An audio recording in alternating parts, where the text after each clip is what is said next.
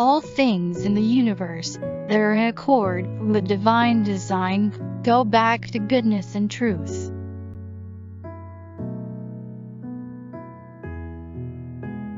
There are no exceptions to this in heaven or in the world. Because everything good, like everything true, comes from the divine, which is the source of everything.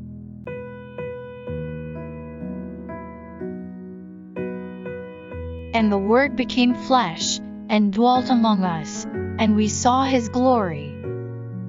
Glory as of the only begotten from the Father, full of grace and truth.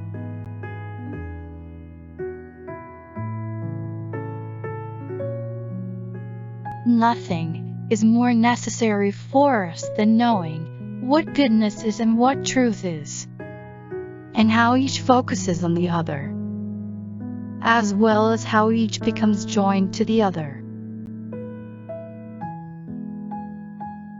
For people of the Church, because just as everything in heaven goes back to what is good and what is true, so does everything in the Church. For his fullness we have all received, and grace upon grace.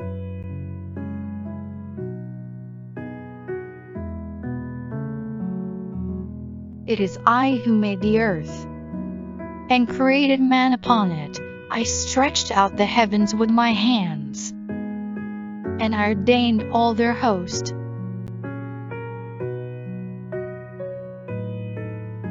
In heaven, the joining of what is good and what is true is called the heavenly marriage, because everyone there participates in this marriage.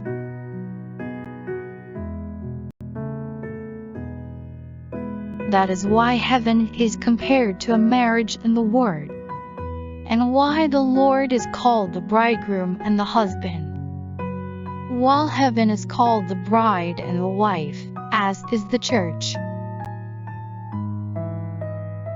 Then I saw a new heaven and a new earth, for the first heaven and the first earth passed away, and there is no longer any sea.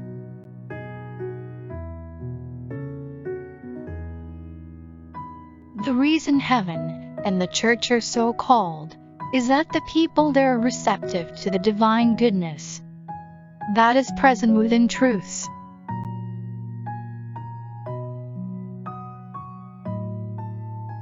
He who has the bride is the bridegroom, but the friend of the bridegroom, who stands and hears him, rejoices greatly because of the bridegroom's voice. So this joy of mine has been made full.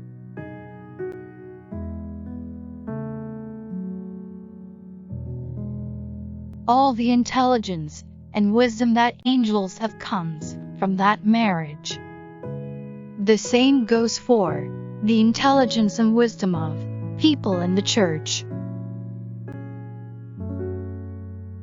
Since the joining together of goodness and truth is like a marriage, we can see that anything good loves what is true, and that correspondingly, anything true loves what is good. People in the Church who do not have this love and this longing are not participating in the heavenly marriage.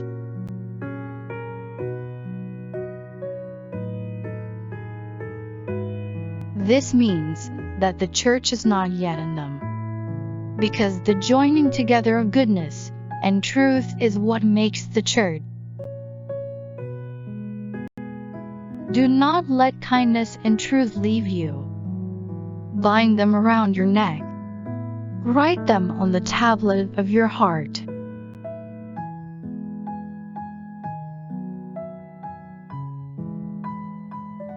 But in case I am delayed, I write, so that you will know how one ought to conduct himself in the household of God, which is the Church of the living God, the pillar and support of the truth.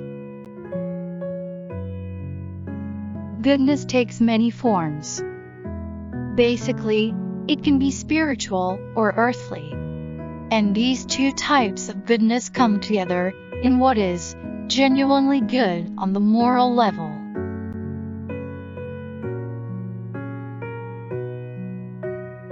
The relationship between what is evil and what is false is the inverse of the relationship between what is good and what is true.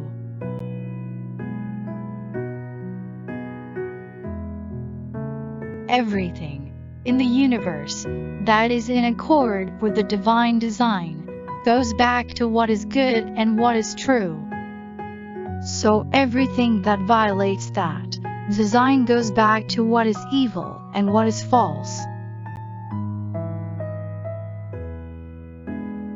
Just as what is good loves being joined to what is true, and what is true loves being joined to what is good.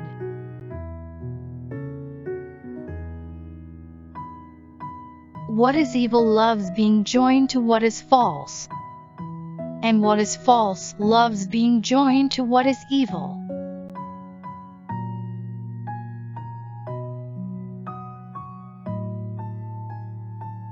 He is conceited and understands nothing, but he has a morbid interest in controversial questions and disputes about words out of which arise envy, strife, abusive language, evil suspicions,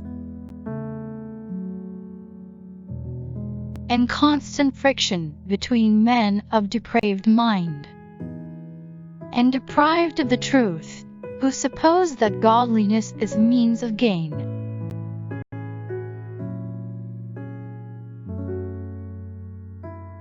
All intelligence and wisdom are born of a bond between what is good and what is true. So all madness and stupidity are born of a bond between what is evil and what is false.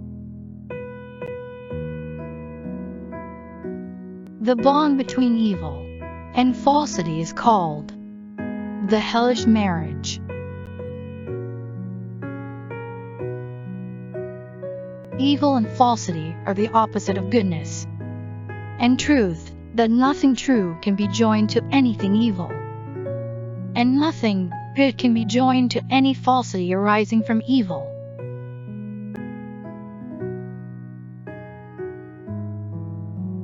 If anything true is put together with something evil, it is no longer true. It is false, because it has been distorted.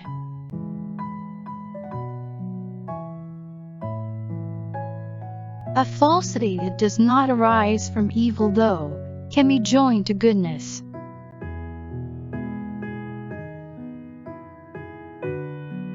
I have not written to you because you do not know the truth, but because you do know it, and because no lie is of the truth.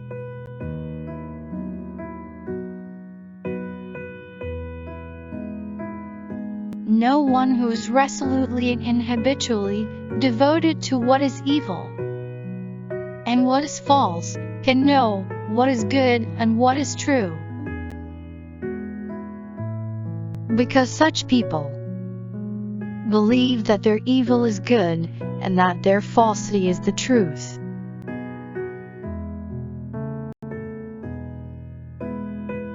Every type of goodness and its accompanying truth is heavenly in essence, and if any of it is not heavenly in essence, it still comes from heaven.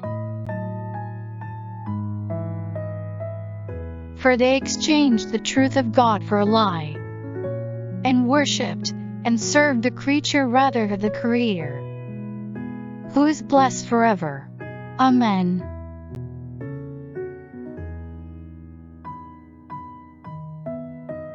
Every type of evil and its accompanying falsity, though, is hellish in essence, and any of it that is not hellish in essence still comes from hell.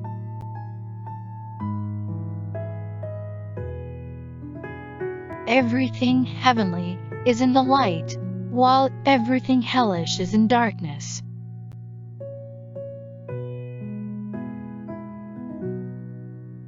And put on the new self, which in the likeness of God has been created in righteousness and holiness of the truth.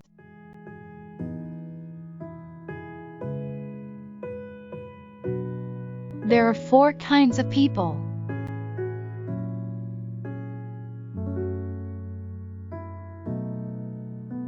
1. There are people who live lives based on falsity. Some of them do so with evil intent, and some of them do so without evil intent. 2.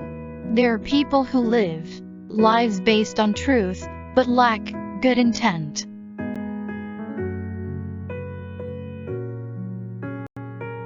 3. There are people who live lives based on truth, who use that truth to focus on and move toward what is good.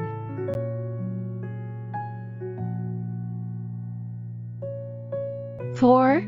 And there are people who live lives based on truth, who have good intent.